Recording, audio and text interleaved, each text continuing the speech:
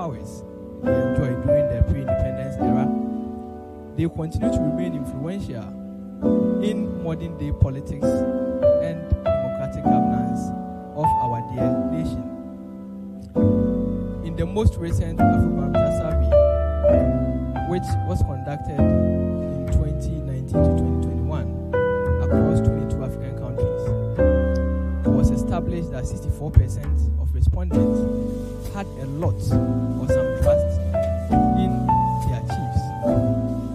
The picture is same in Ghana, where we have majority of Ghanaians expressing positive approval for their chiefs or showing some kind of support for their traditional rulers. The support for traditional rulers are perceived to be a reflection of the positive role they play in their communities, such as promoting development, resolving local disputes, among others. Beyond these, traditional authorities are involved in the resolution of disputes, even among political parties in Ghana, and the controversial aspect, which is they are found in endorsing election candidates during campaign season. As many of us may recall, the 1992 Constitution does not allow traditional leaders to actively engage in partisan politics, and the Code of Royal Ethics by the House of Chiefs is also claimed that chiefs must not be engaged in partisan politics or engage in anything that will bring their communities. But considering the experience that the subject have on them and the sensitive nature of their position as unifiers, it begs to question what level of involvement is necessary for the legitimate exercise of the functions of the chief, and what pronouncement or activity is said to be injurious to the practice of democracy and governance. The purpose of our gathering today is to discuss or share findings on how chiefs' public endorsement of election candidates affects voting behavior of electorates, assess the long-term consequences of the practice, chiefs' reputation, and their ability to promote local development, and discuss the practice in view of its implication on incumbency advantage and compared with the past.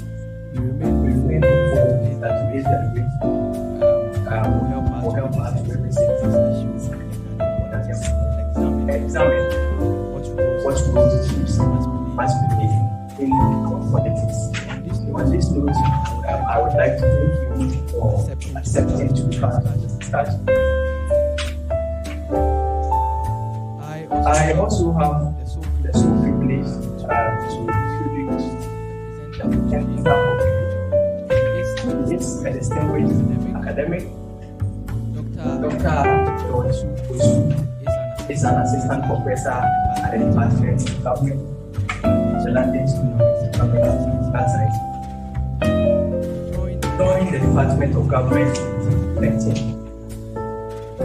Dr. Osu received his PhD at the University of Los Angeles.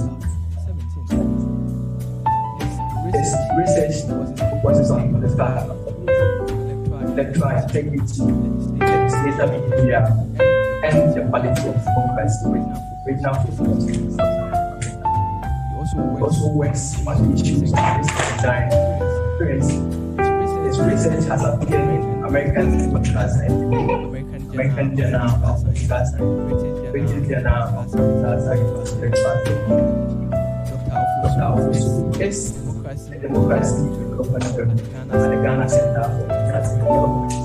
He was previously doctoral research associate at Washington University St. Louis and postdoctoral fellow at Campbell Center for Democracy and Development, and a research fellow at the Weatherhead Center for International Affairs.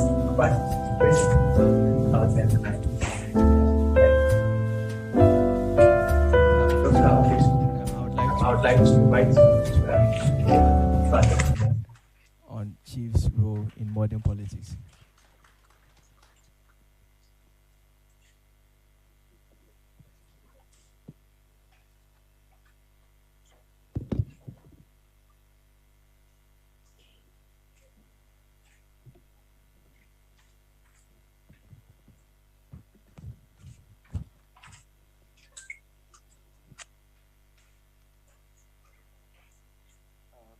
So thank you very much for attending this introduction, and thank you all for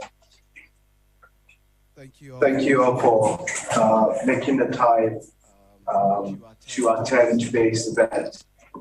I'm very excited to present our findings from research that we conducted on the 2020 Ghanaian elections, the presidential one, concerning the potential effect of cheaply endorsements on candidates. I'm happy that you're obviously taking time to join us. I conducted this research with my colleague, as you see, Sir Brian, who is also an assistant professor at the London School of Economics, and so I'm sort of standing in our stead to show you what we find.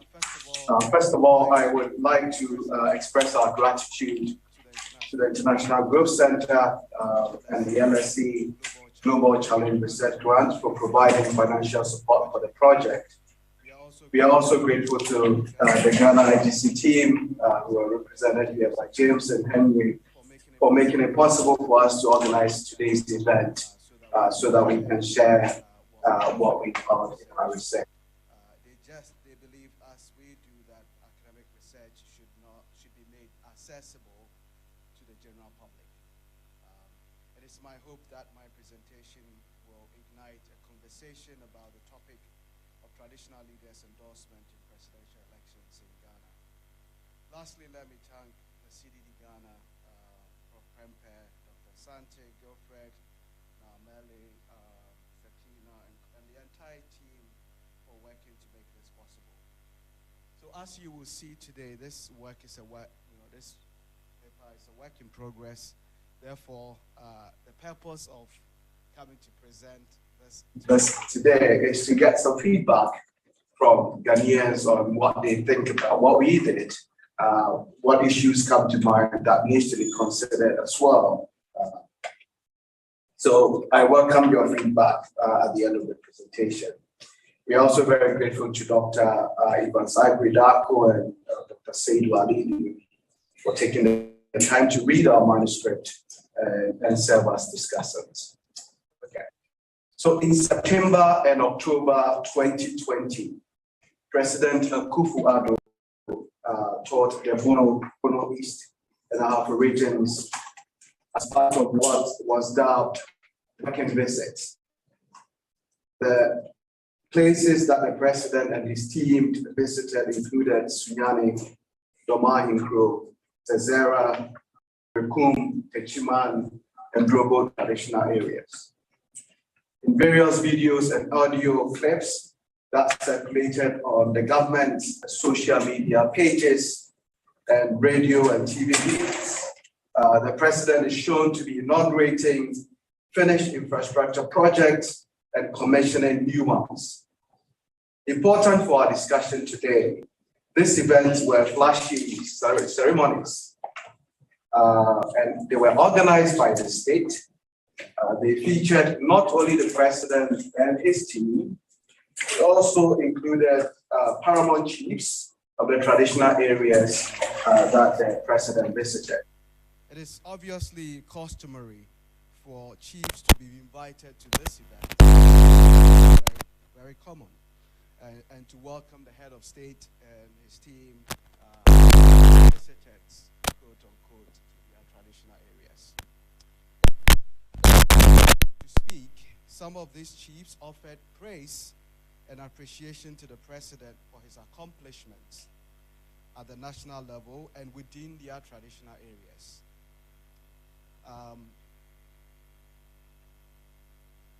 These are often followed by what I would say as request by the chief to the president to deliver much-needed local infrastructure and government services to help improve the welfare of citizens within their jurisdiction.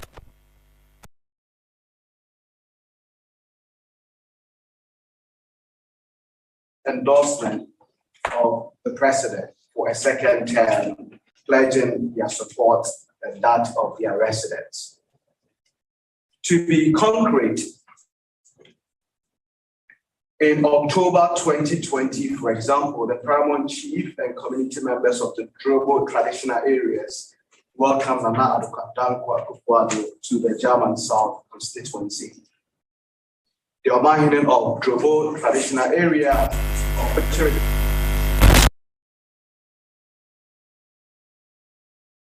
for a number of things that he has done. So, for example, he praised the president for his bravery and leadership qualities, which has made him serve as a role model for other people to emulate. He also praised the president for the various social intervention programs, including senior high school program he has initiated. Then he goes to something more local. He thanked the president for rehabilitating the 31.7 Bafuno Zezera Adamasu feeder road. Then the request came along. He obviously begged the president or appealed to the president to improve the local communication network, build a police station to improve security within the area, complete what he called complete the Drobo Brekum Road. Then we have an approval of the president, which said that given all what the president has done, we will not let you down. All that you have done, we say 4 more for Nana. To him, the construction of the road alone was enough justification for the people to re-elect the president for a second term. These kinds of statements in support of the incumbent presidential candidate is quite common in our election, and we refer to them in our study as traditional leaders' political endorsements. So, just to be explicit about what we mean in the whole of the presentation, we are defining chiefly political endorsements as the public praise and direct appeal for dependents to vote for the endorsed candidate, right? So this is different from other forms of things that aspirants do with chiefs when they visit their traditional areas. And they can take place either in the chief's palace. It can be a traditional ceremonial grounds where the chief does this endorsement, or it could be a public event like the one that I demonstrated. And as I have shown in the previous slides, they often comprise of 3 components of maybe 2 main parts. The first one is the rationale for the endorsement and the approval itself. Now, in cases where there is a rationale praising the government for all the achievements they have done, we didn't classify them as endorsements. I remember having a conversation with Prof. Premper before we conducted this study, where we were debating whether just praising a president was an endorsement or not an endorsement. And I think that it will be quite controversial when there's no explicit endorsement of a president as such. So we focus our attention where there was an explicit statement saying 4 more for Nana, 4 more to do more, as they were, the mantra was going about. So defined, we consider political endorsement to differ from routine visits that aspirants, do in palaces when they are campaigning within traditional areas. Now, Elizabeth Wahini provides some sort of good description of this in this statement, in one of her numerous op-eds on the BBC. So each day starts with an very early. The candidate is at the chief's palace at about 5:30 because he's obliged to see the chief and get permission before he can campaign in his town or village. This seems to be a routine part, so we don't count this as an endorsement if we're pay against it. So in this study, we want to figure out whether the endorsements, as I have shown you, have any impact on vote choice and the reason why. But why do we care about this? So what? So first, politicians, policymakers, civil society groups, journalists seem to believe that chiefly endorsement influence vote choice. But the evidence is quite scanty. Why do I say so? Well, chiefs may endorse a candidate who is already popular among residents, right? So to sort of figure out at the end of the day that, places where a chief endorsed the candidate, people also voted for the endorsed, it's not a proof that chiefs have any influence on. They might just be expressing the so-called popular will of their people. Indeed, a lot of the chiefs would say in their statement, me, my elders, and the Obanfo, the people of the area, support the chief, support the president. So before we throw our funds, energy to address an issue, we would want to really find out whether it really matters to the elections. Second, we also want to know if there's an influence, why that influence come about.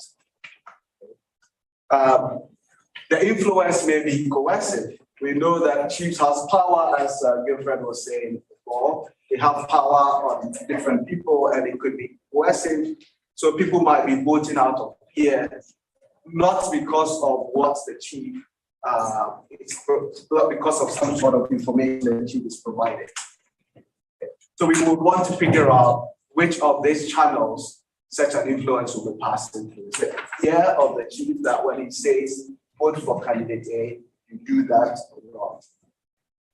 Third, I think that this is a general debate. It might be against the Constitution and the Royal Code of Ethics. The Constitution of Ghana bans traditional leaders from engaging in active politics. The Code of Royal Ethics, also published by the Ghanaian House of Chiefs, also says that a chief should not make divisive statements either in public or in the media, which shows his political party leaning. So it seems that this might be something people in the Ghanaian community will take as against the law, and chiefs shouldn't do that and so on. But we should probably care. It's important that they comply with the law if it's against the law. But we also should be only concerned if it matters at all, or it's just cheap talk by chiefs. Lastly, there is a potential for a backlash. I'll re-echo what Gilfred said from the start. We all believe that traditional leaders play an important role. They lead development efforts. They sometimes solve disputes and so on. And so we would want to figure out whether by engaging in this partisan politics, as some commentators believe, they undercut their position in society as conflict, resolution people or not. I focused the presentation on the first two parts, and then time permitting, I will throw a little bit of light on the latter questions about their position in society. Okay. So what are the key research questions here? First, do chiefs' endorsements influence vote choice? If so, which voters are influenced? Is it partisans versus opposition to the candidate who's endorsed? Is it those who are approving of the chief's performance in themselves or not? And other factors come into play. People think, does gender play a role as to who is influenced? Are women more influenced than men? Are people who are farmers more influenced in those communities than people who work in other sectors?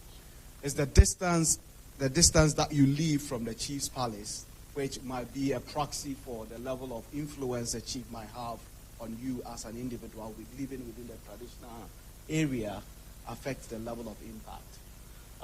The paper goes into detail with this latter part, but today I'll focus on the first two, because those are the two things that we really hammered on in our research. And what are the sources of influence? Okay, all right. So argument, what is the argument here? Well, are endorsement effective? Yeah, we think, or we argue, that chiefs might be influential when they make such statements. And the reasons for that are twofold. First, people who are trusted make statements, and those statements often influence those who trust them. We see from the Afrobarometer data that about 64% of respondents in Ghana said they trust their chiefs and approve of their performance. 38%, this contrasts with 38% who made similar statements of politicians or representatives. So there's a huge trust in chiefs relative to politicians, which makes them an important actors for politicians to mobilize when there is election time. And so pronouncement made by them who are trusted logically would follow that it might influence those who live within their jurisdiction because they trust them. Right? Which people might be influenced? We think that it's quite logical that those who are going to vote for an endorsed candidate might not be influenced by the endorsement because they are already going to vote for the endorsed. So the biggest effect might come from those who are either unaligned to any political party, so middle ground, or opposed.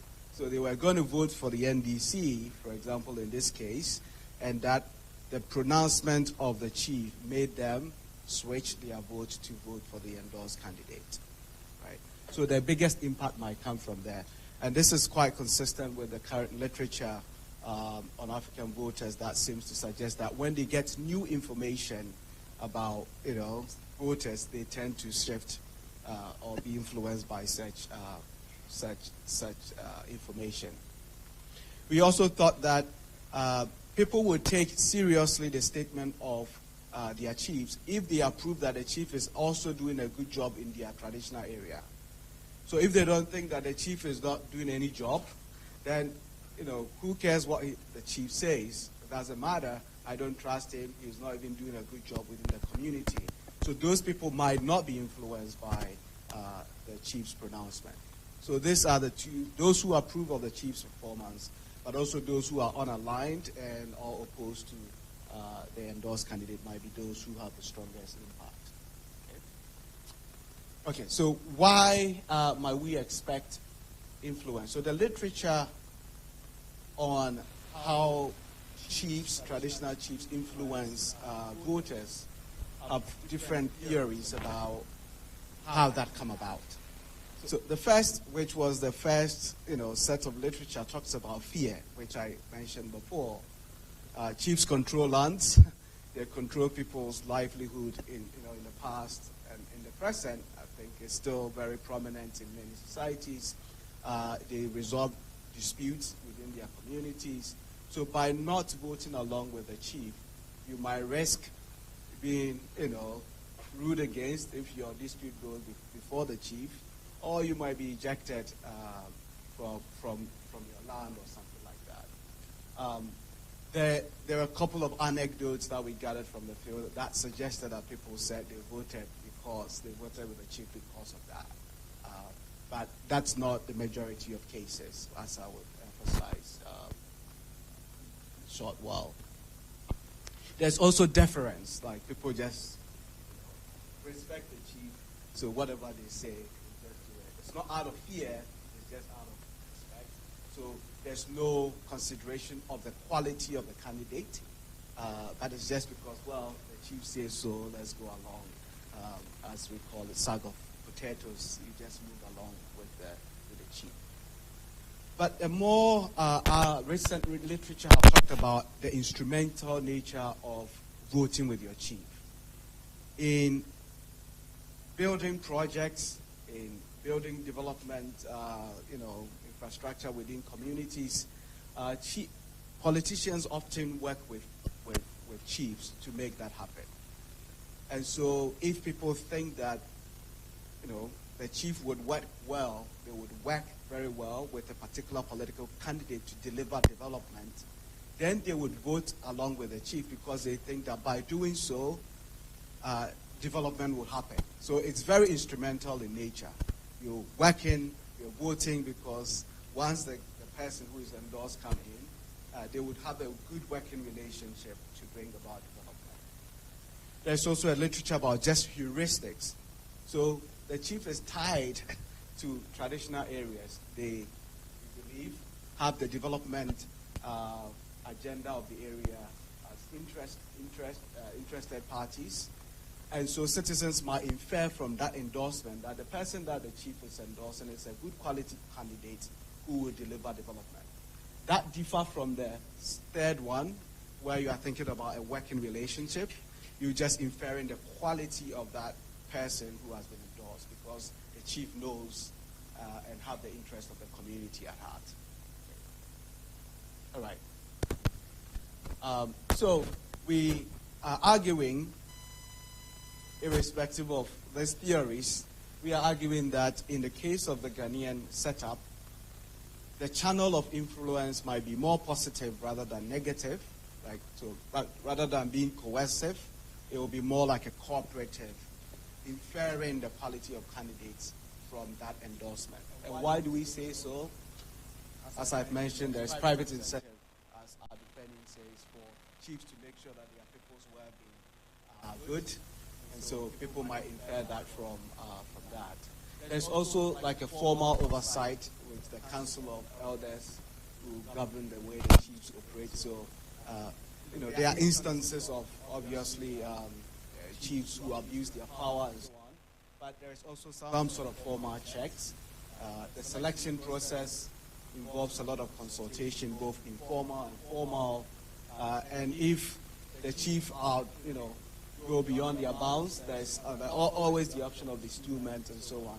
So the idea that a chief might use coercive means to get people to vote for a particular candidate is probably not going to work. So it will be more like a cooperative influence channel that might happen. Okay, so let me spend a bit of time talking about how we went about this. With timing. So we use an experimental approach, exposing some respondents to their chief's endorsement. So this involves making up a news item that contained the endorsement of a chief of the president, just like I showed you from the beginning of the slide. So it's an actual endorsement message from the respondent's chief that they get exposed to. So they are real information, and respondents in the treated group listen to their own chief's endorsement within the setup. So then we conducted a panel survey where we surveyed people. Immediately we exposed them to what their chief said. Obviously it was made in public and everything, but not everyone has heard. I can show evidence of that. And then we also interviewed citizens 1 week after the elections to figure out whether the effects that we picked up lasted or did not last. Okay. The main outcome here is vote choice. Who did you vote for in the elections? Okay. So they were presented with a list of candidates and you choose who you voted for. Okay. So we explore mechanism in two parts, okay, in two ways. The first is that we decompose the treatment. So as I showed you from the beginning, there are two parts. There's the rationale part and there's approval part. So in some cases, we expose voters to only the news about the chief endorsing the candidate and then playing the endorsement. Whereas in others, we expose them both to the endorsement and the rationale, what they said about what the president have done and so on. The reason for that is to figure out whether the message, the rationale the president, the chief provided, gave any additional effect beyond just endorsing that particular candidate. Okay? And then we have what we call a control group who never had any of this. So the idea is then to compare for those who were exposed to this kinds of treatments, whether they voted at a different rate compared to those who never heard about the chief's endorsement of that candidate. So that sort of helped us to figure out whether there is any causal effect of chiefly endorsement on citizens' vote choice. Okay. When it came to trying to figure out which channel the influence came through, we also looked at some intermediate outcomes. What do I mean by this?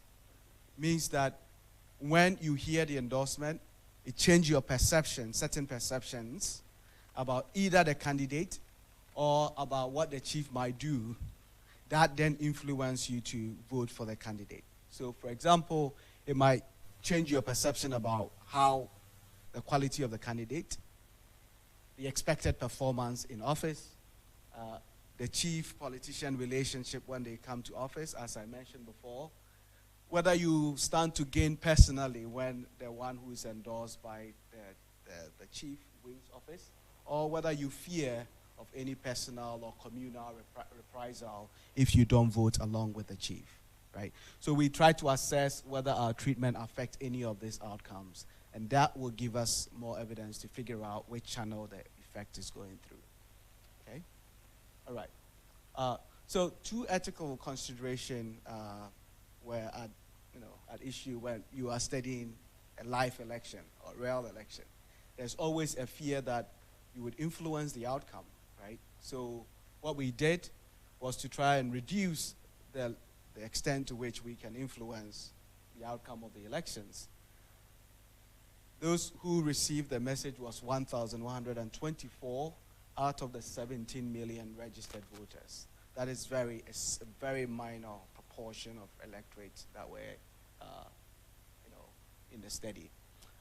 We randomized at the individual level rather than at the community level, so that we contain spillover effect. Like, so it's just an individual. Well, they can tell their friends and so on, but it's not at the community level where everyone gets to hear that that's dangerous. Okay.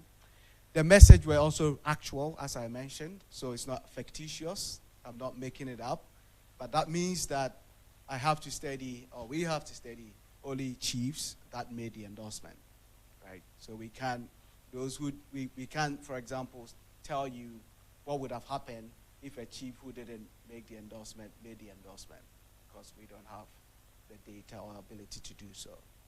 Okay. So it was the radio reports of the chiefs. It was in the Akan language, because we did this in the Brongahafo region.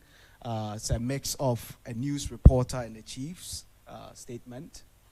And at the end of the study, we tried to figure out whether people actually got that what was in the news was an endorsement message. So thinking back to the audio I just played to you, do you think it was an endorsement of Nanado? 87% passed that rate. Okay. All right. 3 traditional areas were involved. This were they. We worked with the traditional council to identify polling stations that fell under the traditional area. So we are studying people who fall under the chief's jurisdiction.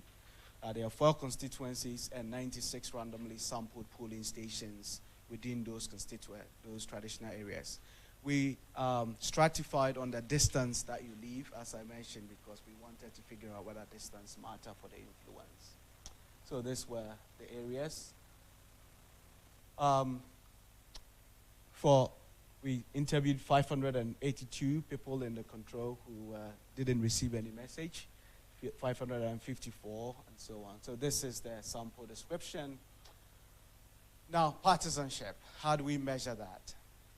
We asked people how close they were to the MPP on a scale of 0 to 7, where 0 means you are far away from them, 7 is strongly support. Those who said they were 4 and above were coded MPP co-partisans, otherwise they were coded non-co-partisans of the party. Prior approval, we asked people, what is your overall assessment of the paramount chief of this traditional area? 7 positive, 0, not doing a good job. So this is, for the key variables of interest today, this is how we code them. Okay. Results. Okay. So what was the effect? Remember, we interviewed people in the pre-election phase. This is a bit finicky. We interviewed people in the pre-election phase and the post-election phase. People in the treatment, those who receive any message at all, whether it contained a rationale or not, that is the level of support they had for the endorsed candidate, which is Nana Addo-Dankwa in this case. And in the control, this was the effect. So the effect, the difference between these two was about 4.6 percentage points. Okay?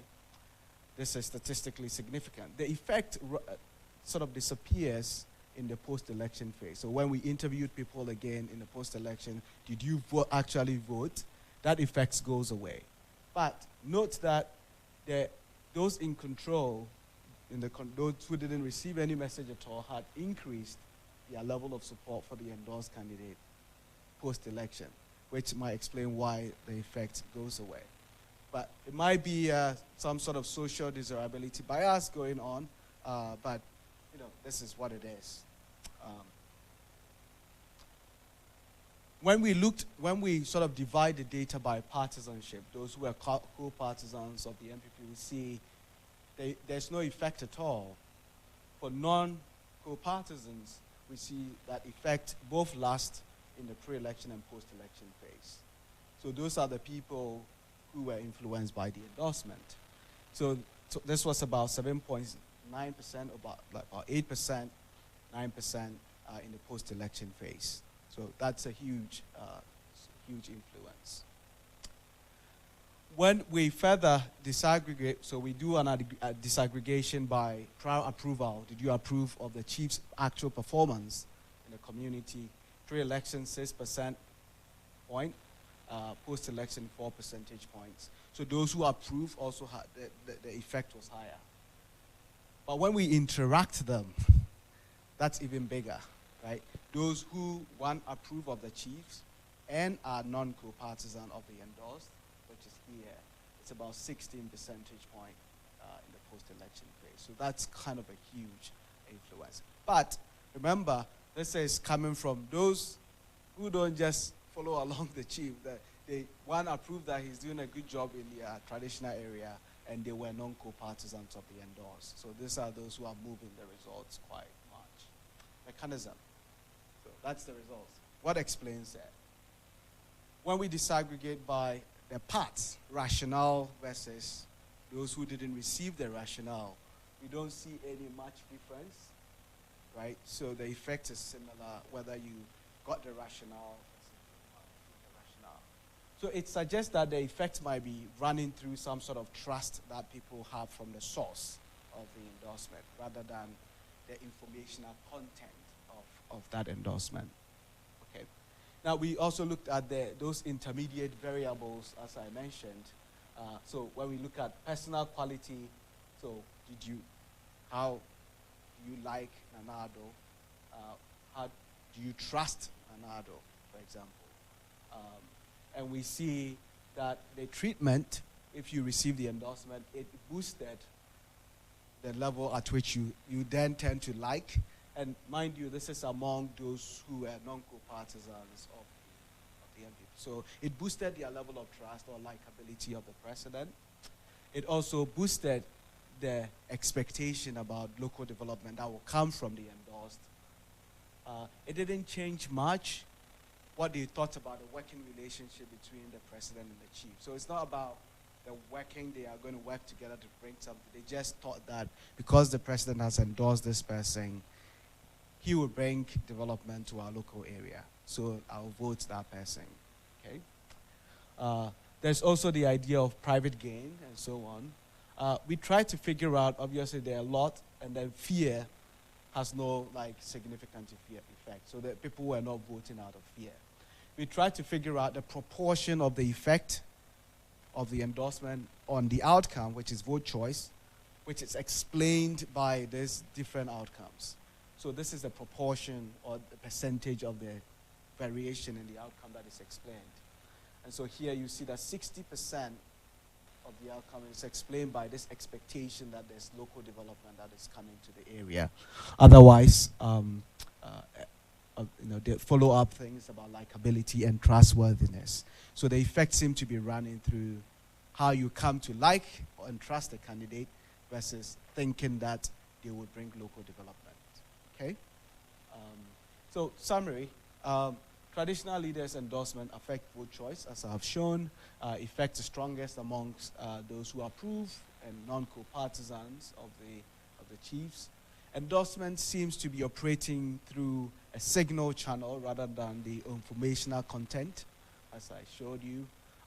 Voters seem to interpret the signal in a more positive, cooperative manner rather than a negative, coercive, or fear, updating their beliefs about the candidate quality and promoting local development in the future. So what do we make of this? Their endorsement can obviously persuade unaligned or opposition supporters. The source matters more than the content. Suggests that the causal effect is driven by trust. The control is non-coercive. Interpretation. Voters take chief's endorsement as a signal of the candidate's quality. So democratic quality or accountability need not suffer out of these endorsements, right? Because, obviously people can still hold politicians to account if they think they are not doing well. However, as we saw from the it's really rare for us to see chiefs endorsing opposition candidates.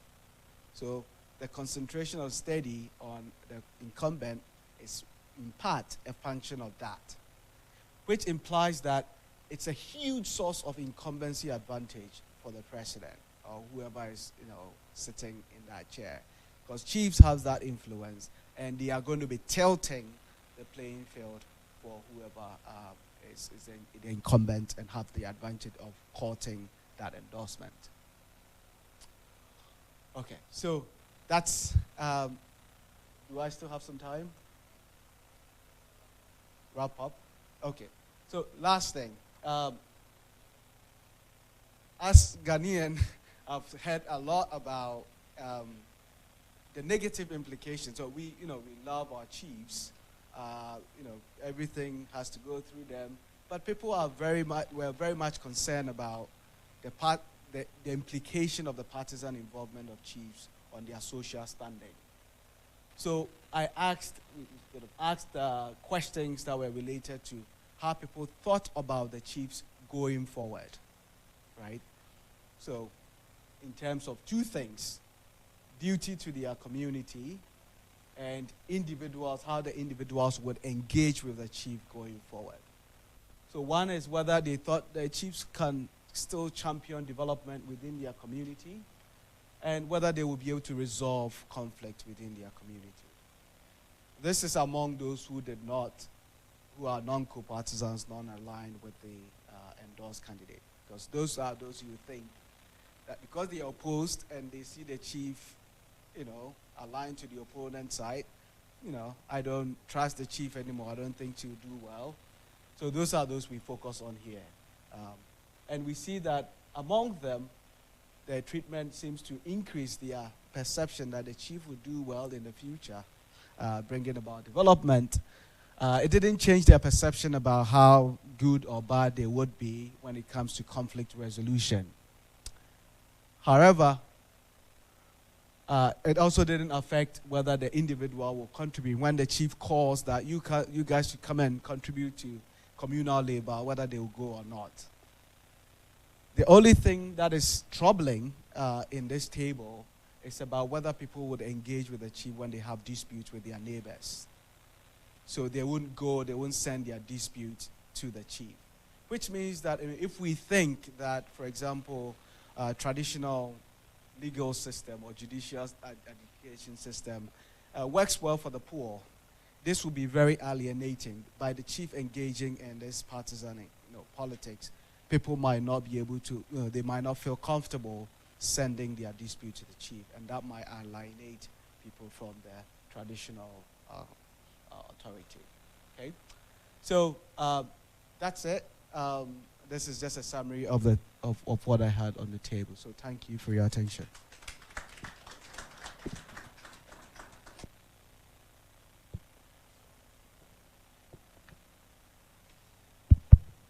Thank you very much, Dr. George Ofosu. If you could kindly take a seat here for us. We are going to the discussion session, and we would call on Dr. Evans Agridako. He's the Chief Director for the Ministry of Parliamentary Affairs. Please, let's give him a hand, please. And we would also call on Dr. Seidu Alidu. He's a Senior Lecturer at the Department of Political Science at the University of Ghana.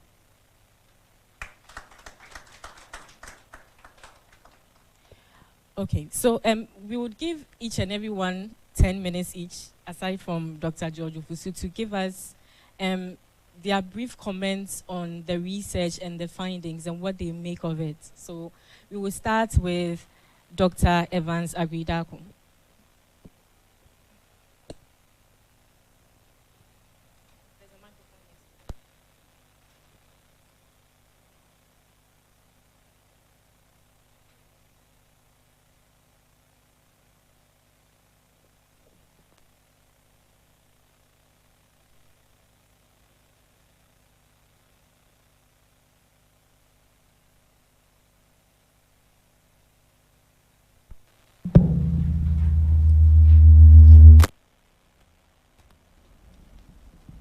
Yeah, thank you very much.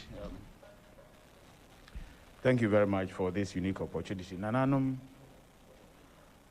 distinguished invited guests. I know the Ministry of the Chieftaincy, can see some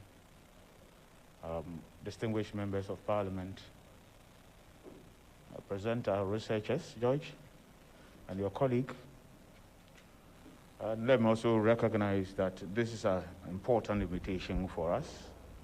CDD providing a lot of input into how our democracy will function. Starting from being students and graduate students and having to work for CDD some 22 years ago, and now being called upon to be a discussant, I think that we have made progress as human beings.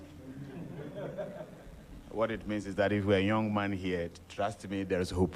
You understand? You have to just work hard. And now being literally in charge of the Ministry of Parliamentary Affairs in participating effectively in policy making of this country is critical. You see what we are doing, feeding direct into policy making. And then sometimes you see the impact of what we are doing directly on people's life. I think this is critical. And let's also recognize my professor, Professor Jibabwedi. I didn't see him at first. He provided a lot of support for us as graduate students, to be able to keep our heads above water. This is a very important research, effect of political endorsement, experimental evidence from Ghana. And if you look at it, I picked a number of things. And I will highlight those things that I picked. Fundamentally, you want to look at the context within which politics is happening in Ghana. You are looking at the duality of governance, if you like, or the nexus between the traditional and modern political orders. So we are looking at traditional orders, we are also looking at the modern. How are we striking a balance between them? Especially as they relate to the provision of public goods, and these things are very critical. They were set out in the work. Very important that to what extent are we able to maximize the influence, for instance, of these critical actors? And what is the level of relationship? And to what extent will this relationship inure to the benefit of the rank and file in terms of the delivery of public goods and services? And you related to the phenomenon of endorsement. Of course, it's not unique in Ghana. I mean, in the US, the celebrity endorsement is huge. And you realize that they will endorse, but not just endorsing, but unlike Ghana, I remember Professor Jimabuedi's inaugural lecture where he said that he related to an issue where somebody, a chief, had promised an unflinching support to a particular policy of government. And when the chief was asked what the policy meant, it turned out that the chief did not understand the policy. But he had pledged unflinching support nonetheless. So support is critical. And so in the US, for instance, as they provide some financial support, not just endorsement, and then of course, the endorsement is a public pronouncement as to what is it that they want to do for the people. I have picked from the research the credibility of the endorser. And for me, that is huge, that's fundamental. Who is doing the endorsement? So you are going to, it's a huge political risk if you are going to be part of an endorsement from a candidate who suffers credibility deficit.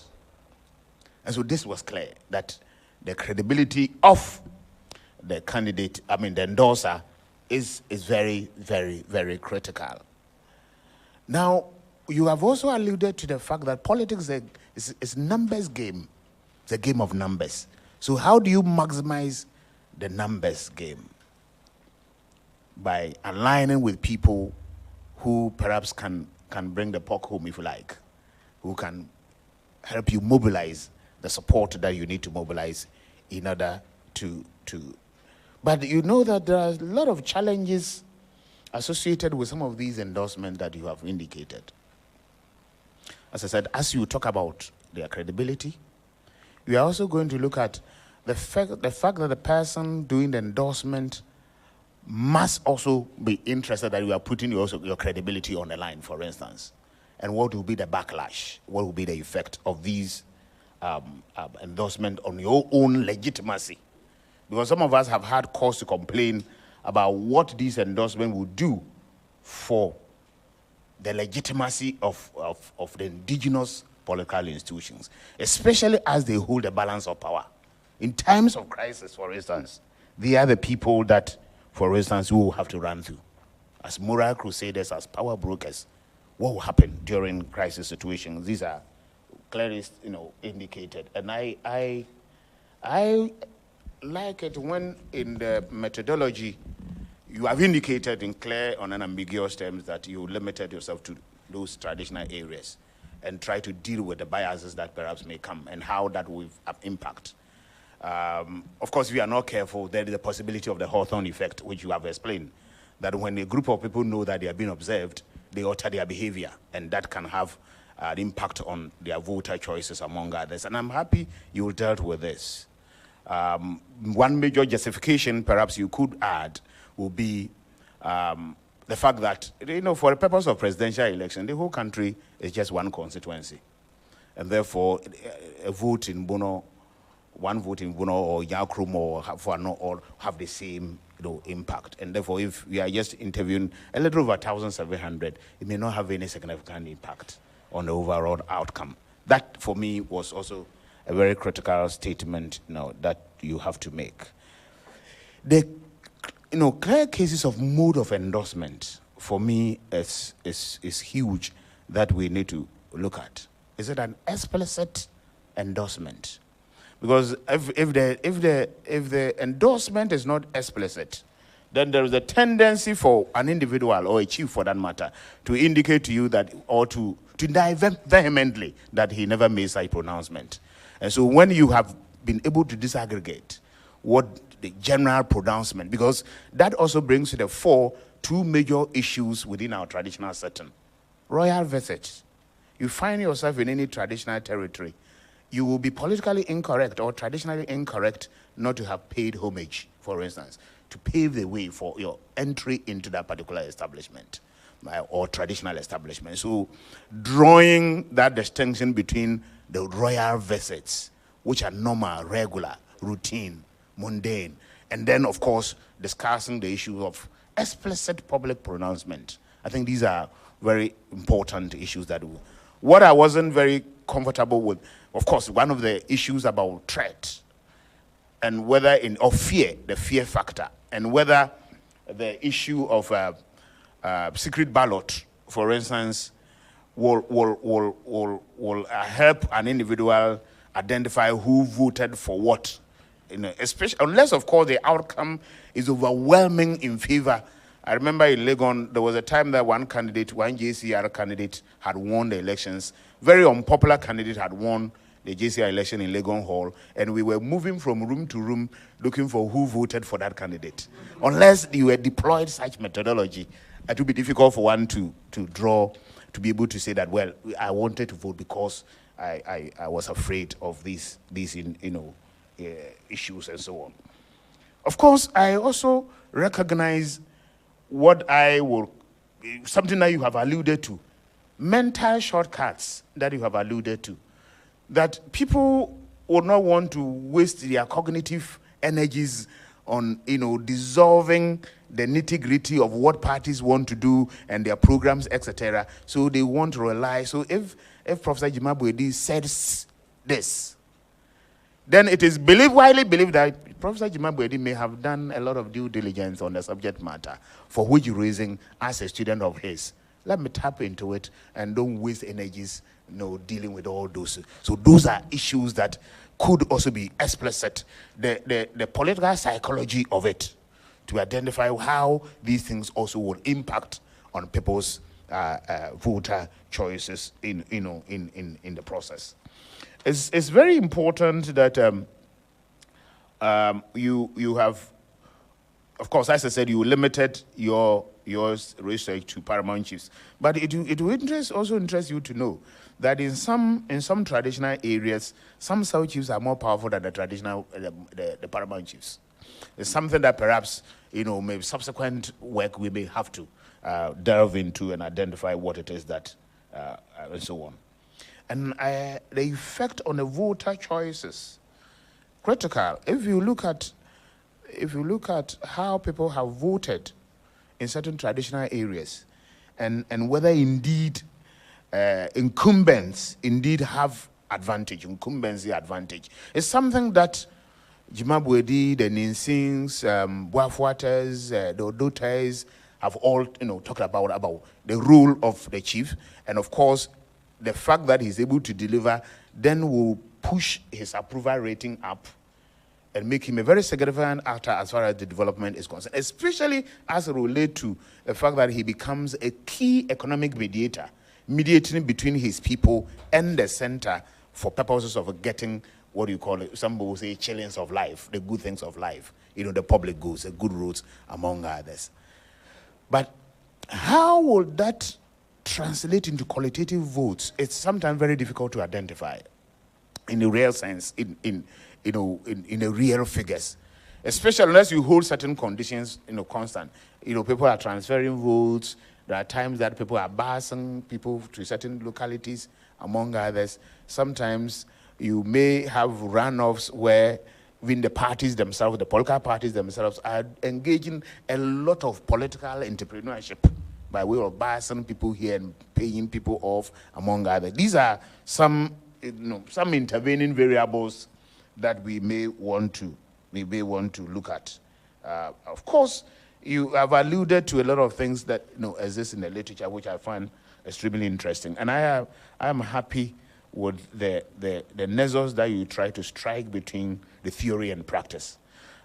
For some practitioners, when you talk about theoretical issues, they are not keen, but you are as good as the quality of theory that you have, because I'm sure the theories may offer us the roadmap to look at a number of things.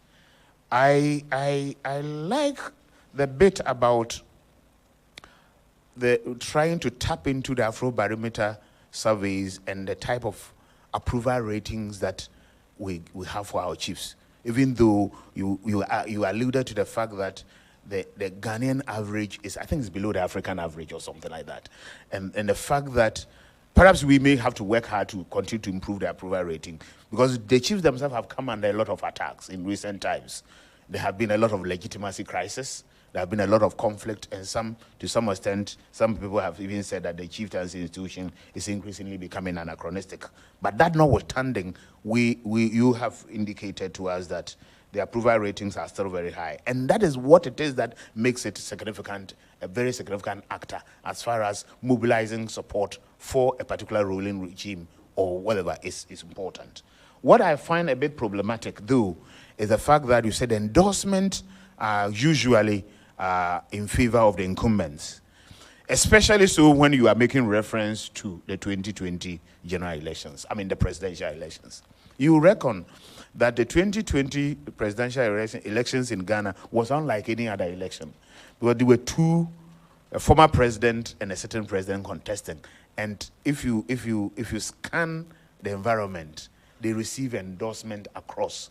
Of course, because you concentrate on where you concentrated, you may have come across this endorsement, perhaps skewing in favor of the incumbents. But if you scan the horizon, you realize that the endorsement were across, at least for the two contending candidates, His Excellency, former President Mahama, and then, of course, Akufo-Addo in that regard. But it sometimes also depends on where you find yourself as a presidential candidate and how the likability. So you alluded to it, that the friendship or the relationship between the candidate and perhaps the chiefs.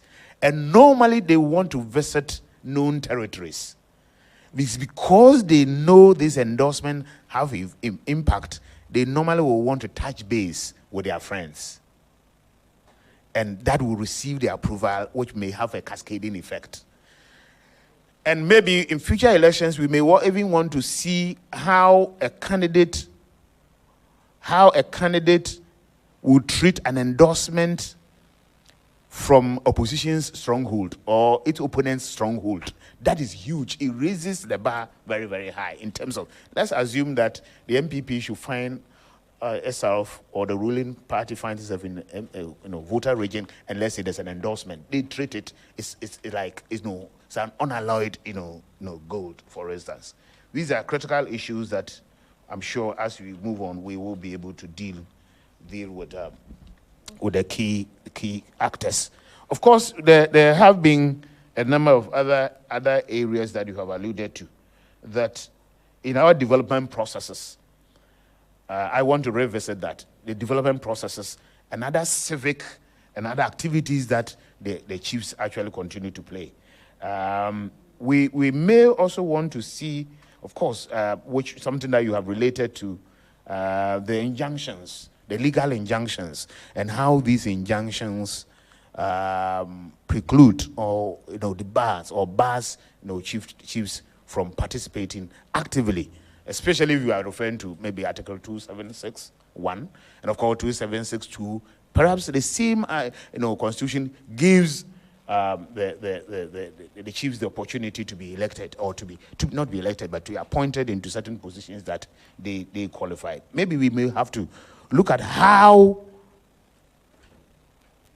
I hope I'm okay. I have to wind up. I could see, so I'll wind up, and then we'll see how these legal injunctions actually play on whether indeed the chiefs are undermining the very constitutions that they themselves presided. And interestingly, as you know, Per Roland Ayaditam chaired the 259 Consultative Assembly, Paramount Chief, the late, and they put these things there. We want to see whether it is just an endorsement that we want to continue to legitimize, or we'll see it as an anathema, a misnomer, which we need to perhaps deal with, because of the fact that in the last points that you raised, you were trying to allude to some of the difficulties associated with these endorsements, some of the backlash in terms of legitimizing crisis, in terms of the fact that you will not be able to harmonize. Because if you're a chief in the true sense of the word now, in the Weberian, or if you look at the Westphalian state that we have, and we are crafting that hybridity in a modern political order, what we are looking at for is that how do you deal with chiefs that have the capacity of promoting national unity? How do you deal with chiefs that have a capacity of mobilizing resources, human material resources, for development of the area? Do you really care who governs as a chief? because you are still a critical actor nonetheless. How does that affect your ability to leverage? And especially where you are leveraging and you are endorsing a winnable candidate. And don't forget that when you have gone to the traditional areas, as you know, the people are very much interested in winnable candidates and how that will offer them the good things of life. So how will they be able to mobilize? How would it affect their ability to resolve conflict, as you have said? Conflict that emanates in a constituency or in a community and one party is unwilling, not unable, but unwilling to perhaps assess the traditional modes of conflict resolution. How would these things play out? But all in all, because I have been signaled that I need to bring my discussion to it, let me just indicate that this is a very important exercise that has been undertaken. And I'm sure CDD and others will continue to provide that enabling environment for this research to continue. And as I said, but I wanted a definite position on whether you think that this is a phenomenon that ought to be encouraged or discouraged. How do we reposition our chiefs in a manner that will make them a very critical actor in the governance hybridity that we operate in Ghana and still remain a very important actors and maintain their sanctity because of especially the backlash that you have alluded to, which I think, if we are not careful, will detract from the positive gains that you alluded to in the earlier portion of the paper. Thank you very much for the opportunity. Thank you too. Dr. Alidu, so you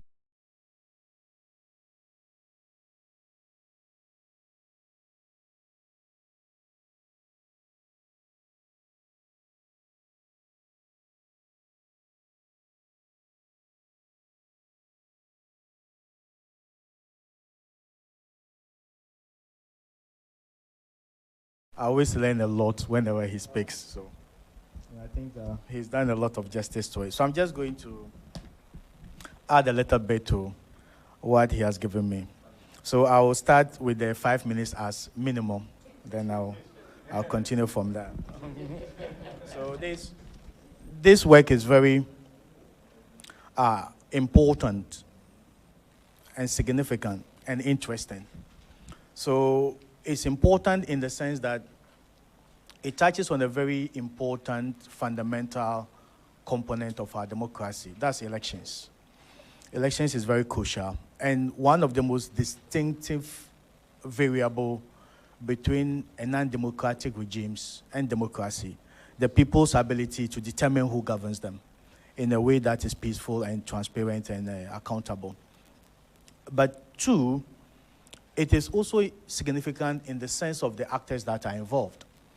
The chieftaincy institution is a very powerful institution, but very sensitive and often controversial. So when we are dealing with that institution and the role of the occupants of such an institution to the issue of elections and our democracy, it becomes significant. It is very interesting in the sense that there are a lot of things that we already know, the known knowns that has been reflected in the work, and there are quite interesting findings that contradict or depart from what we already know. So I'm going to state what we already know and how this work confirms what we already know. And then I'll deal with the issue of the point of departure and whether maybe if it was done differently, it would have been different. So first, is the voter, the most important thing that most of us already know is the voter dynamics in Ghana. Largely the issue about party-dominated voting and then swingers or undecided or non-party affiliated voters. So if you read the works of Lindbergh, I think 2 of his editions, Lindbergh and Morrison, they have actually purged what we call the party-dominated voters to like 82% of our voters.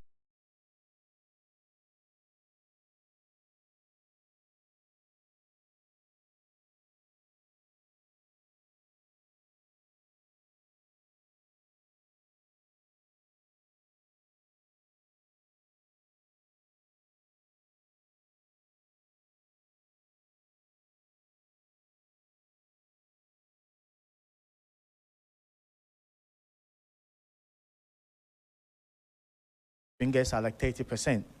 So Lindbergh said it's very important to structurally define the swingers or the non-co-partisans.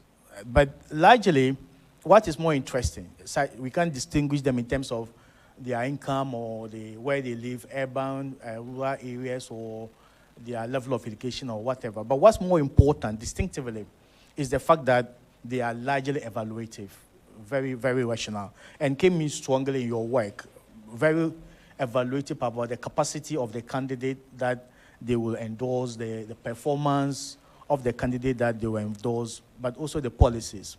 So when it came up strongly that apart from trust that non-co-partisans will have on the chief that endorses, they also look at the level of cooperation between the candidate and the chief and the kind of development it will bring to them. So it actually amplifies the fact that these category of voters are highly rational and evaluative.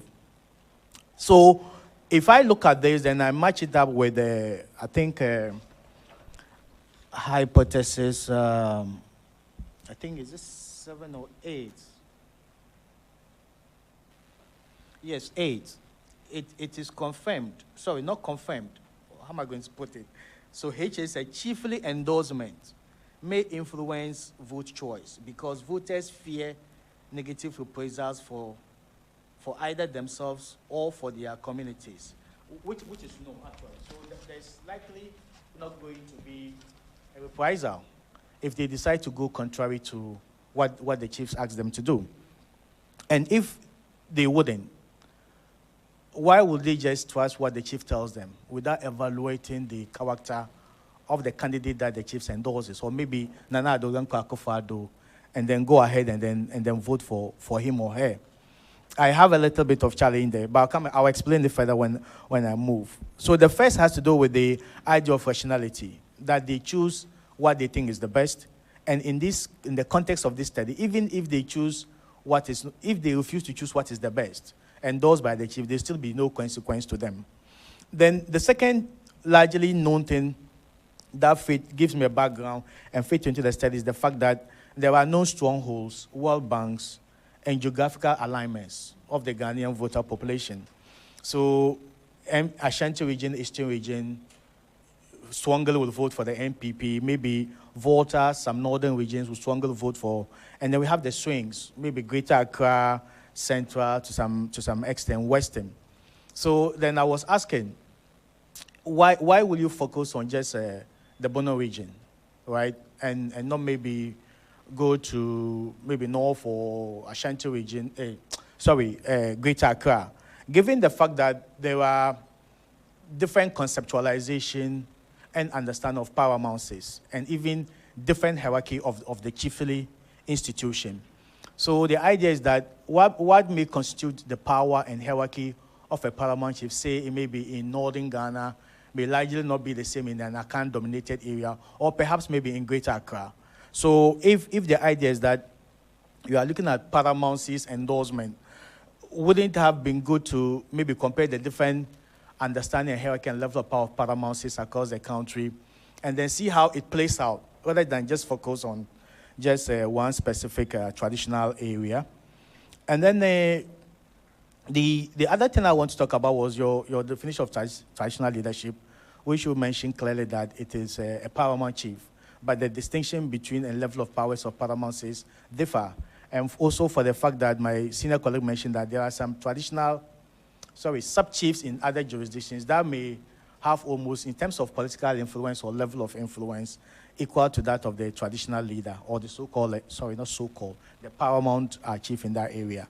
So how then does this come out strongly if you were going to move further with the work? Will you still define traditional leaders as the way you have defined it? And if you had defined it differently from this way, would it have affected the findings?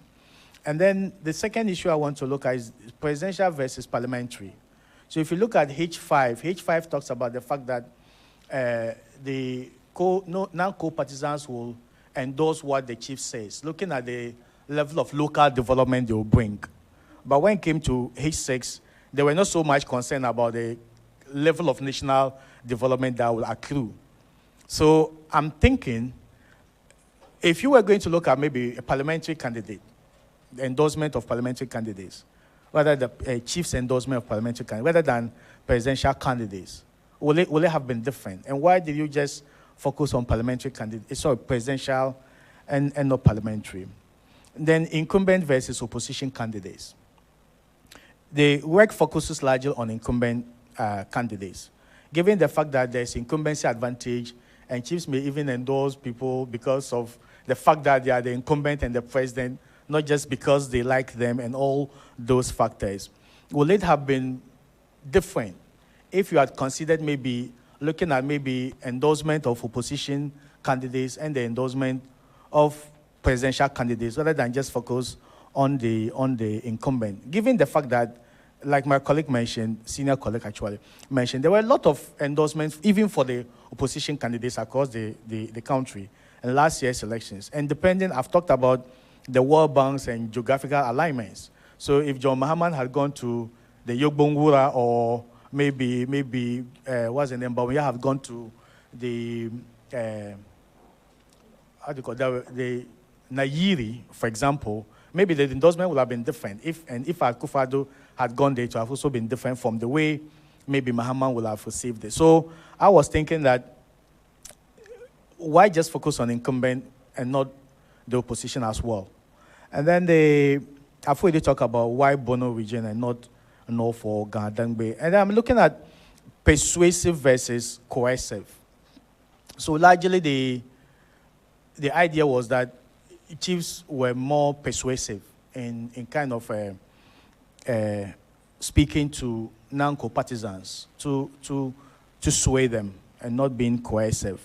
And we also know that hypothesis H8 confirmed the fact that there wouldn't be reprisals, right, if they decide not to go the way the chiefs goes. And then I think there was another treatment that you did, and they said it was not so much about the information that was given, right, but so much about the trust of the person who is giving that information. So if you put all these things together, a non-co-partisan voter who is more rational, will he just be swayed by who the chief is and not looking at all these other variables that comes around? And H8, H9. So H8 says,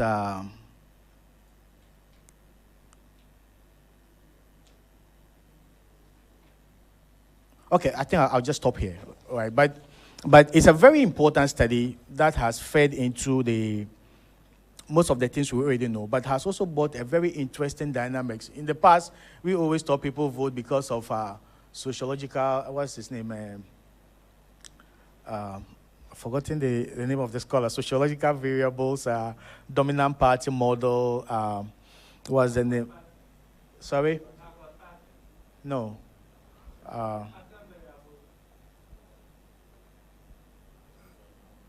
I hope I remember before I finish. So I think we're looking at it from that rational choice, ideological, and all those things. But this actually brings into the fore. Even the most sophisticated of voters, non-co-partisans, the so-called rational voters, can be swayed by a confidence or trust that they have in a leader and not look at other very important variables that may influence their choice, when we know that they are actually the kingmakers. But you also said there were treatments for certain other important variables. I'm not sure whether they have less effect compared to just looking at the credibility and the trust of the chief, or they just don't make any sense to them at all.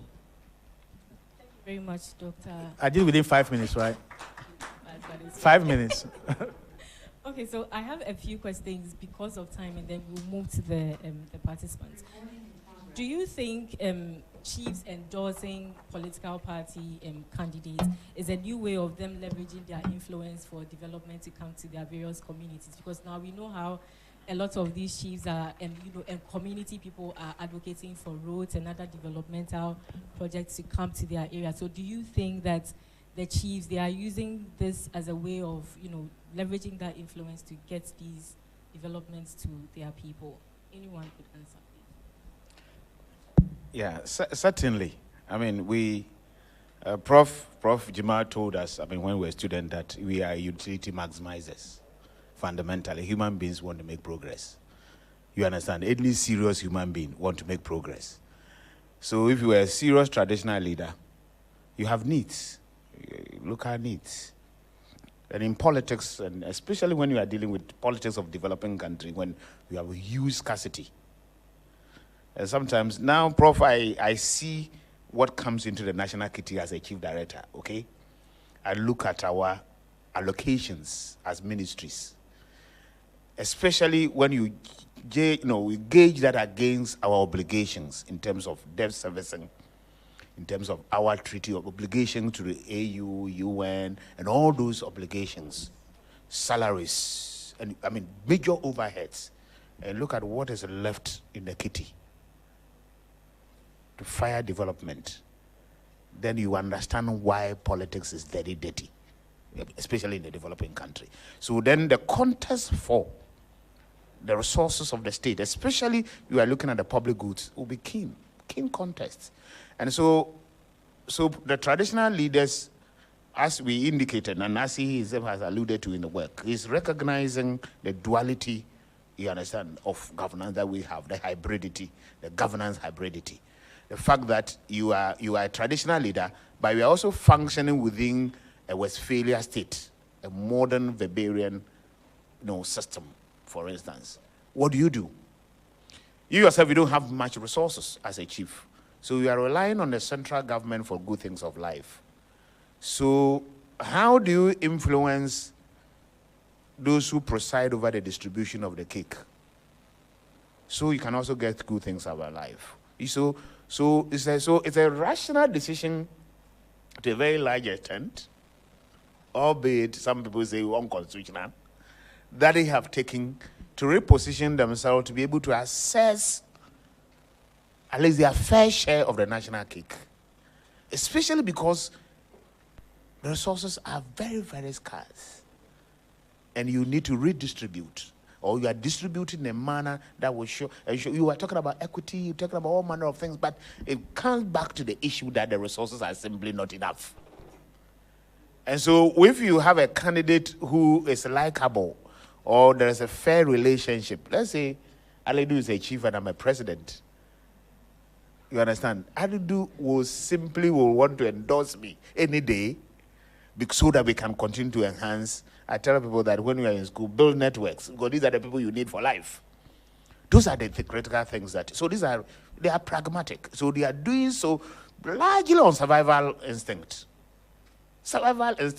But the other bit is that if you have gone there to now promise A, B, C, D, because sometimes, as you indicated, some of the modes of endorsement, sometimes they have related to the person's track record. Is that not it? And they have related to what is that he has done in terms of his personality, among other than what his major achievements. And then use those things as a basis for the endorsement, which usually will be the last statement that the person will make. The social contract has been established between you and the candidate. Now, if you win and you are unable or unwilling to redeem your obligation under the contract, you are in trouble. And that is why sometimes they will go to some communities, they have written boldly on bridges, no electricity, no vote. Sometimes they are threatening fire and brainstorm that these candidates should not come here because of the past experiences. And if it happens that way in an opposition stronghold, your life is even more, is in danger, because then it means that you have come to deceive us for our votes. You need to. So invariably, my conclusion is that they are looking at this as an opportunity to be able to leverage. They leverage this relationship to be able to assess some of the good things of life for their communities. Not for them, of course. I mean, if your community benefits, it shows up your own legitimacy, because you are seen as a hero. Is that not the case? Yes. Who is bringing good things home, and that will further enhance your dignity as a chief in that area. That's what I can say on this matter. So you have something to add? I don't know. Hello. I don't know whether I need to provide some response to the comments I received, or What's the Maybe we could go through the questions, like 2 more questions, and then we could respond. Okay, so another one has to do with conflict resolution. So, for example, you know how during elections and after elections there are conflict situations and some between political parties. And so if it means that a chief has to mediate between 2 political parties at conflict and the chief invariably endorsed one candidate during the elections, do you think that is going to affect his position? And also, in cases where there are chieftaincy disputes and the chief endorsed a political candidate and the candidate is in power, do you think that candidate would also have the power to interfere in that chieftaincy dispute, as in like a 2-way affair? Do you get the question? So hello? Okay. So by the findings of this research would indicate in the first case, like the case about development, that the perception, so this is purely perception, that because the concern people have for the endorsement is that because you don't have the resources to develop your own place, should your endorsed candidate lose, you would have deprived your community of potential development for the next 4 years or 8 years where the opposition, your opponent lost. So by engaging in that partisan endorsement, you undermine community development. That is what the scholarly work. So if you look at Boakwata and Anfeni, all those people who sort of speak, in part against endorsement, that is what they would say. This finding doesn't really show that. It shows that people still perceive that even though they have endorsed, not that they know they would have lost, but they perceive that once they have endorsed a candidate, maybe they think he's a winnable candidate. So therefore, they will bring development into, they will still be able to champion development for their local area. So that has to do with development. That's the perception that they will still be able to do it. The other thing about conflict resolution is that it's quite troubling for that aspect of their role. It means that now you can't serve as a neutral. People believe that you can't serve as a neutral arbiter of conflict. So then they are less likely to engage you. Even if you are, whoever is bringing you to the fray, the opposition, so if it's the opposition candidate who now wins or has a trouble, they will probably not consult you in that process. They are less likely to do that, right? And although this is not about the candidate's responses, it's about citizens who think that, well, why should I take my dispute to the chief? And that might apply to the opposition as well. But in case of a chieftaincy dispute, do you think such an endorsement could pave the way for political influence? I don't know. I mean, I can't tell from. It makes you it shows that you're biased by doing that, and so if there is a chieftaincy dispute and the president has to intervene, then that puts him in a compromising position because he'll be perceived to be aligned with one party of the conflict. I think this is more sort of logical, from a logical standpoint. That's what I can say. My final question though, so just a few weeks ago we launched the campaign financing report, and we noticed that some chiefs were actively supporting and financing political parties and candidates.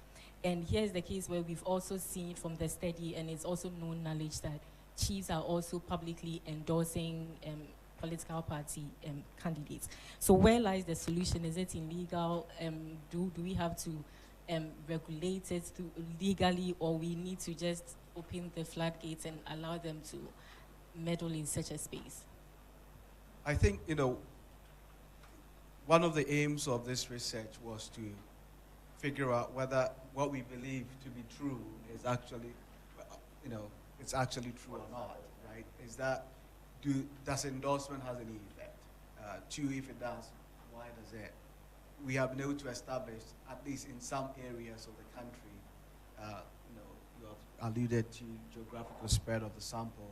It's restricted in that sense, and I'll talk about that in a minute. But at least in certain places, when a chief says something, it seems to have an effect. It's not that people fear the chief, that they vote along, but because they learn something about that. Now, what do we do with that information as a country, right?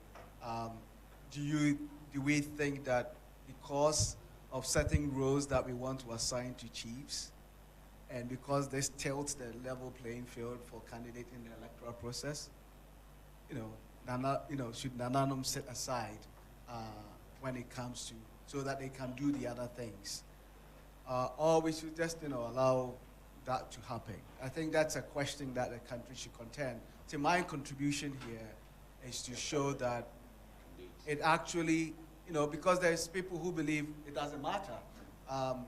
When I was beginning the research, a lot of friends says, it's just cheap talk. People don't listen to the chiefs. People are, open-minded.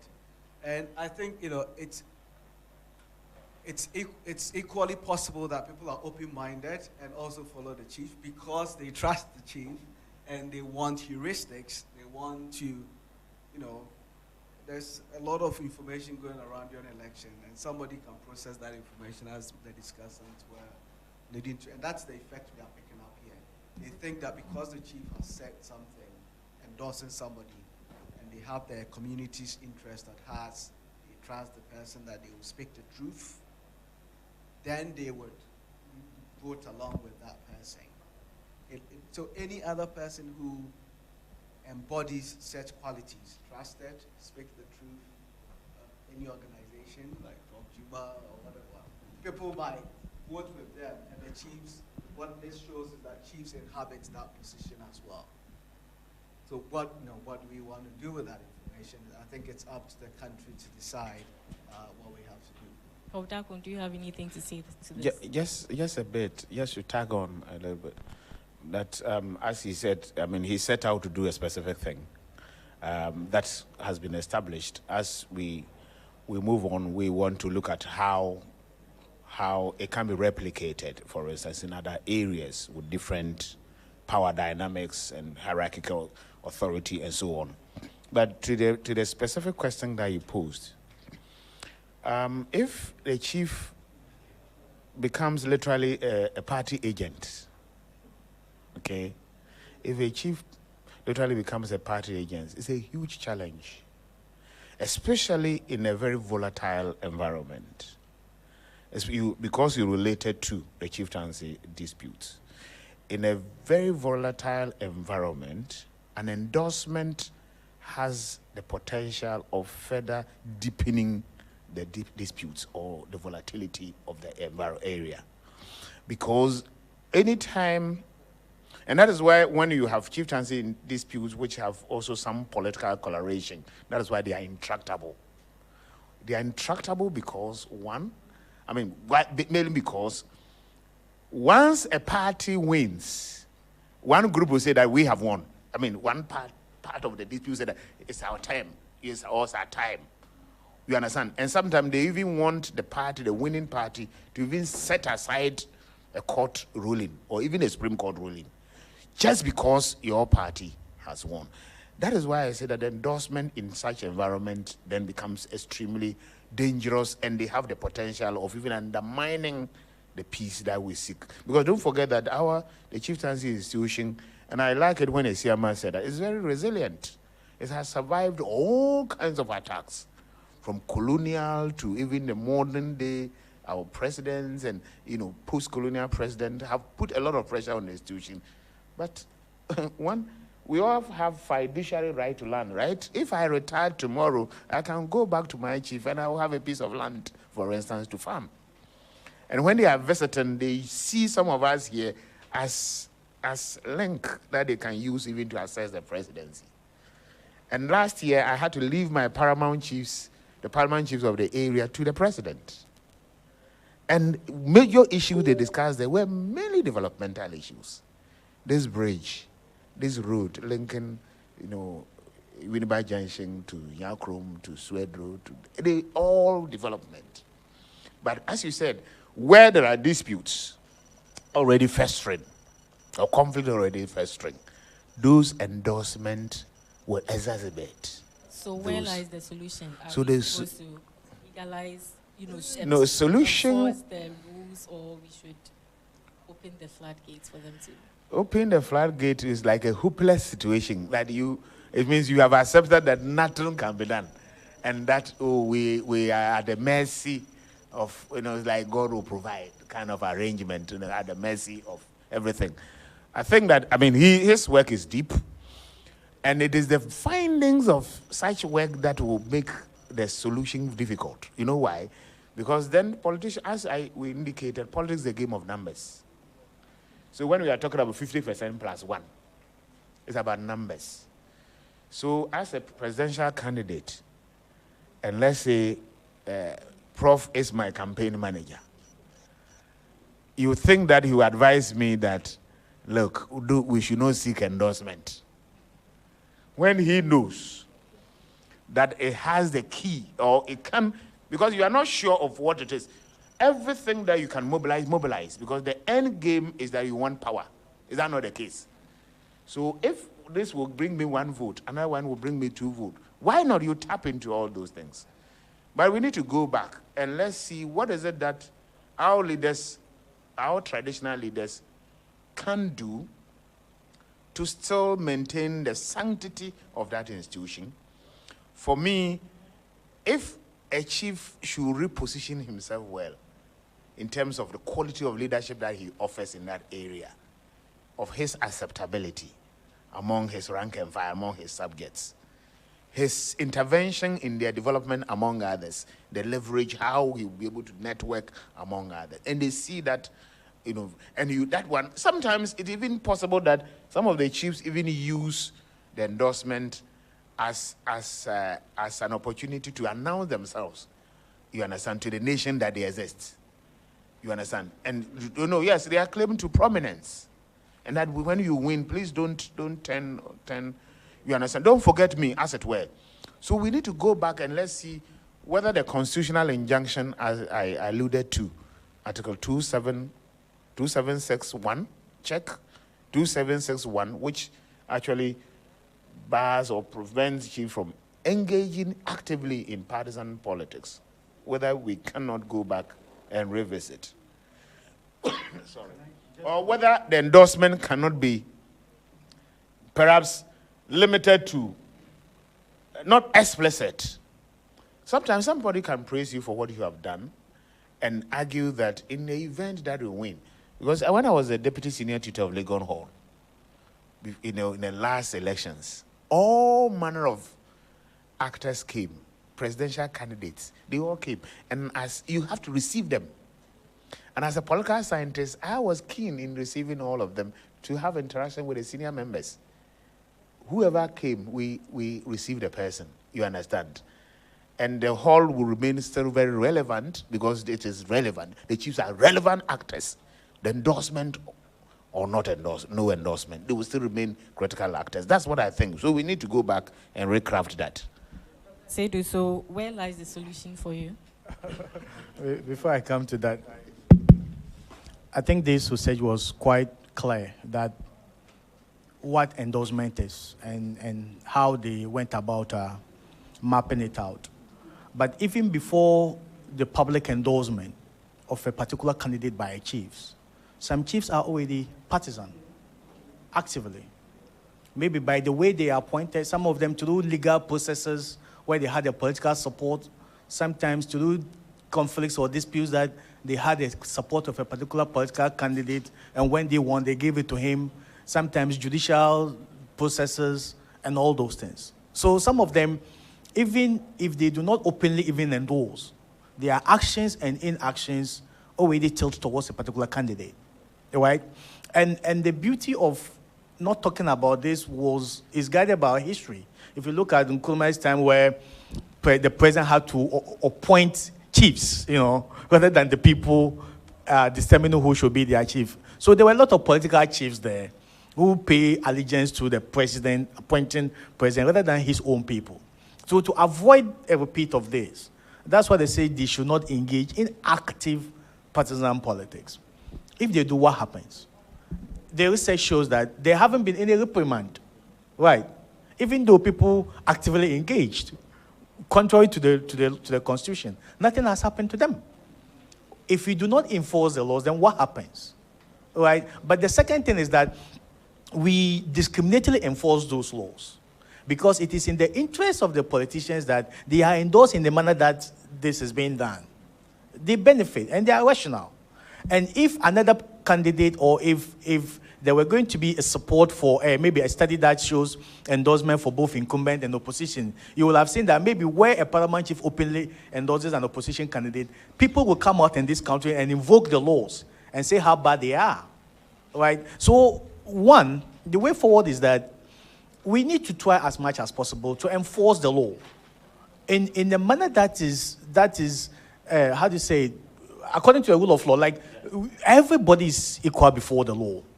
I know the caliber of respect and reverence we give to our chiefs is unparalleled, right? But it also means that they should comport in themselves within the remit of the law. It becomes very difficult to prosecute a paramount chief with large following. So if he abuses or go contrary to the laws and nothing happens to him, what about me? Do you understand? So I think our problem is not so much about the lack of legal guidance to what they can do and they cannot do, but the ability to enforce those legal guidelines when they sidestep it is the challenge. And it is not even the challenge doing that. The challenge is that sometimes those sidestepping benefit those who are supposed to enforce the law. So they keep quiet about it. But when it happens on the other side, or contrary to what we expected, you see a lot of voices coming out to call for prosecution and all. So I think the way forward is for this country to give the necessary institutions that kind of power to be able to enforce the law, but also for our traditional leaders to maintain that level of respect and reverence that we have given to them by always comporting themselves, especially electoral endorsement, when it comes to the issue of the law. They should work within the confines of the law and not openly. You can do a lot behind the scenes to support a candidate you like without openly stating that on national television. So, like Prof mentioned, when the candidate you openly endorse loses the next election, you deprive your community of development for the next 8 years. They may not say it to you, but some of them will not forgive you. Thank you very much. So, Doc, I'll let you address all the questions and the concerns, but I'd like to come to the participants. If there's anybody who has a question, a contribution, you are at liberty to do so.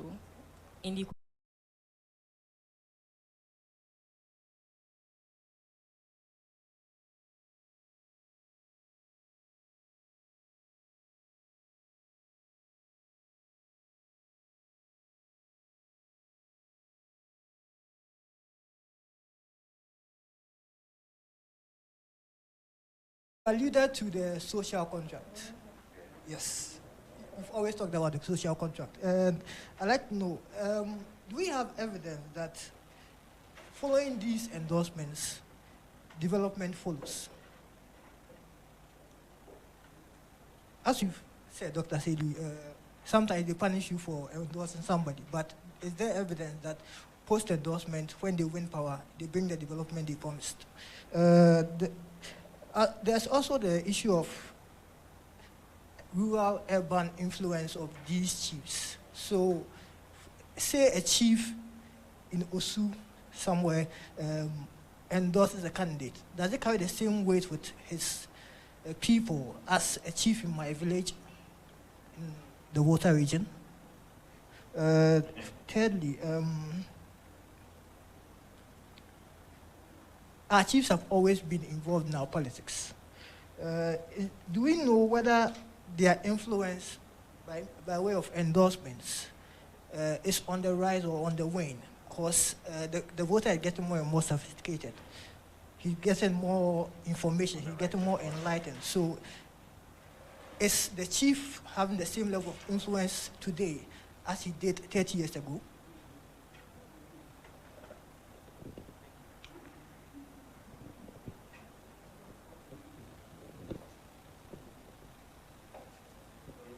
Hello.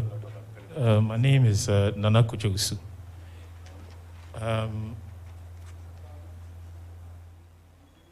Seydu said that if you endorse and then a different candidate wins, you are likely to be punished. I want to know if there's actual evidence of that, because this is my impression. My impression is that decisions as to development, pushing development to various areas, from the political point of view, is more likely to go to areas which have swing votes than to areas where, for example, there's a very high percentage of the party in power or opposition party. So if, for example, I am a chief in an area where the vote is 50-50, and I endorse even, let's say, the incumbent, and the opposition candidate comes to power, I do not believe that there will be any punishment in that area will get less development. I rather believe that those areas might get even more, because the moment an area starts to show some being against, the party in power will try to gain votes there. But in areas where they get already 70 to 80% of the vote, do they really care? So I don't think that there's any punishment for endorsing in this is the wrong candidate.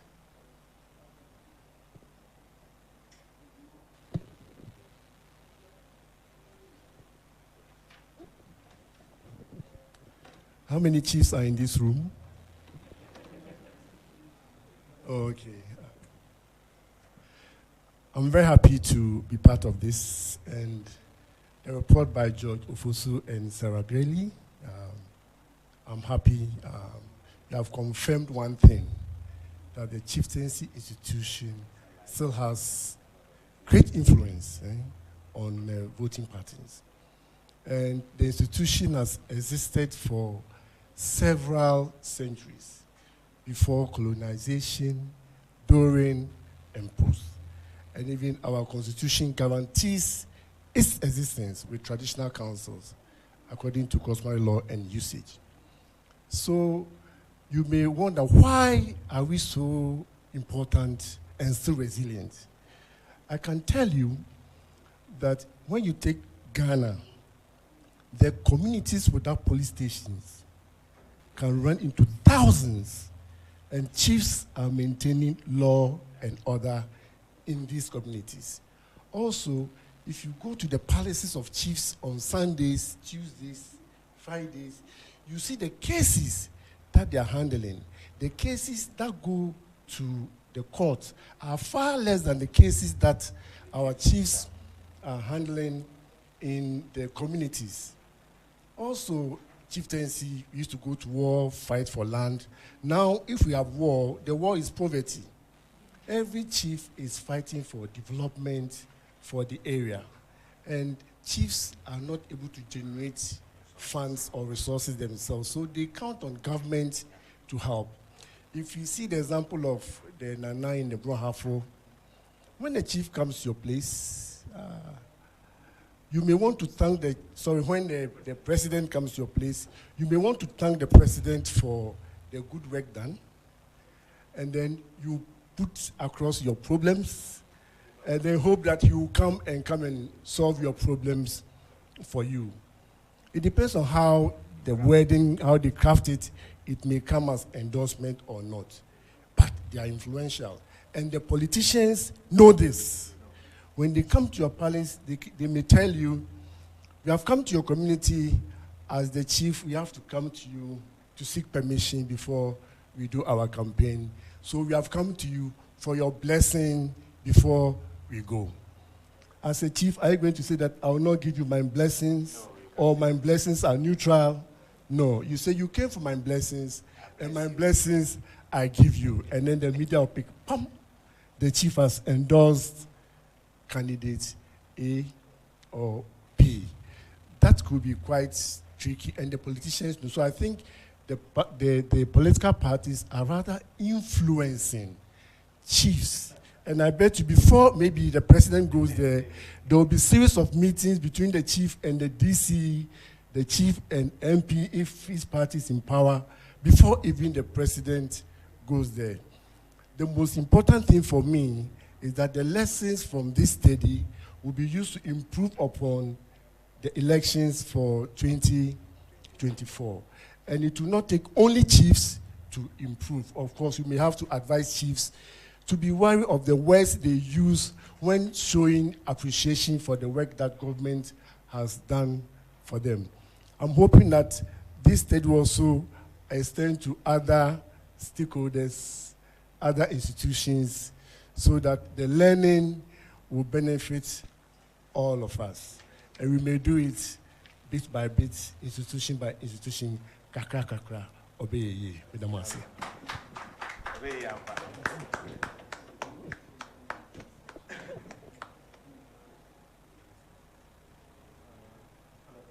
Hello.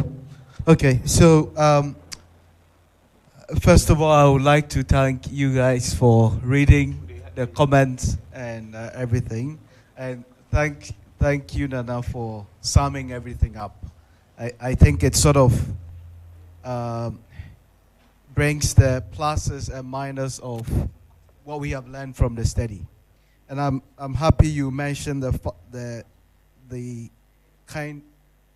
the key role of maintaining law and order in the various communities that are presided over by the traditional leaders. And I think here lies probably a line of thought about why or why not chiefs should engage in partisan endorsement or not. If we think that law and order is important, it has not, we have no police stations or whatever across the country, and the chiefs are doing this, and the backlash of endorsing seems to be, well, opposition can no longer come to the chief to get their disputes resolved because they feel like they might not get, fair hearing.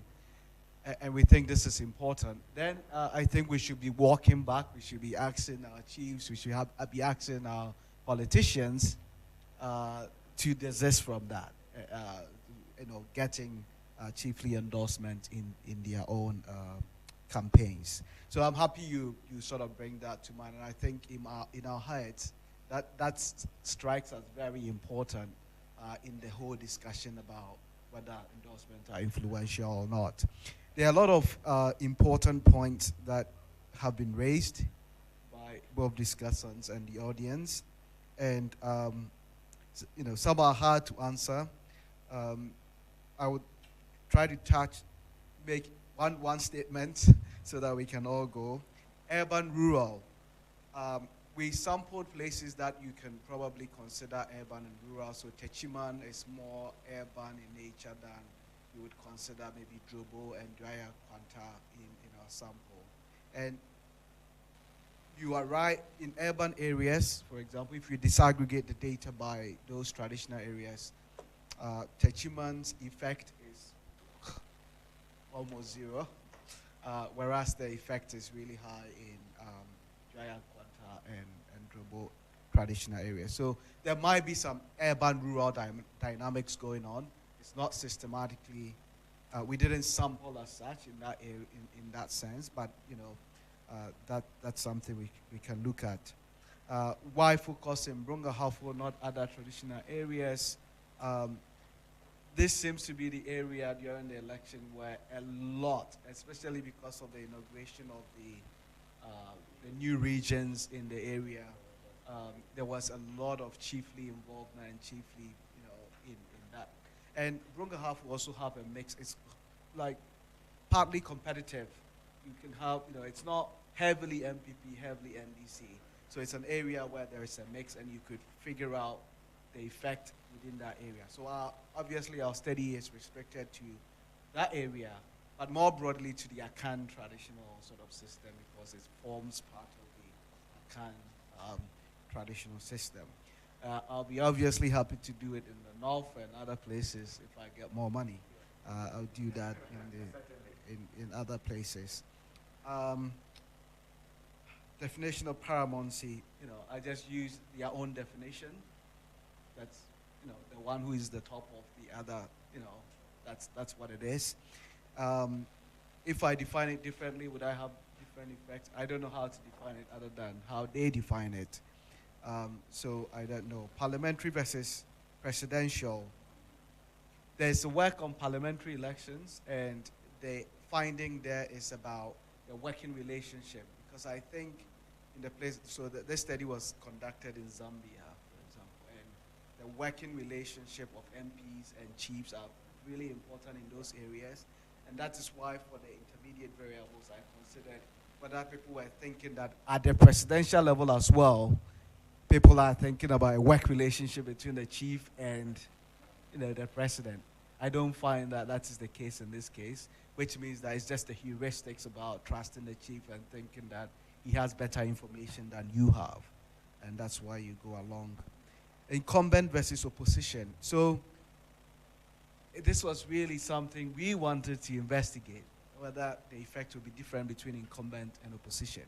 But if you go back and see if you find any explicit, the word is explicit, endorsement of the opposition by any chief in the past election. When they thought it was misconstrued, they immediately came back to rebut it. That no, I didn't. I think there was a chief, who was like particularly involved in that, who had endorsed Mahama.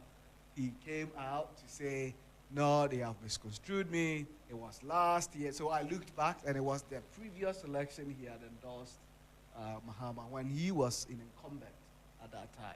And so this time people were thinking that he had also endorsed him. So it's very hard to say there's an endorsement when there's not endorsement. And I think Nana made the point very explicitly when they say, you have my blessing to go, and the media misconstrue it. So we want to have a tape, evidence to show that the person said, 4 more for now, 4 more, 2 more, or vote for Mahama. My people vote for Mahama. That is what we need in order to say there's an explicit endorsement. So I will end that there and say I'm very grateful for all the comments. We have some work to do to incorporate all the great comments we have received, and thank the audience both online and everywhere for tuning in.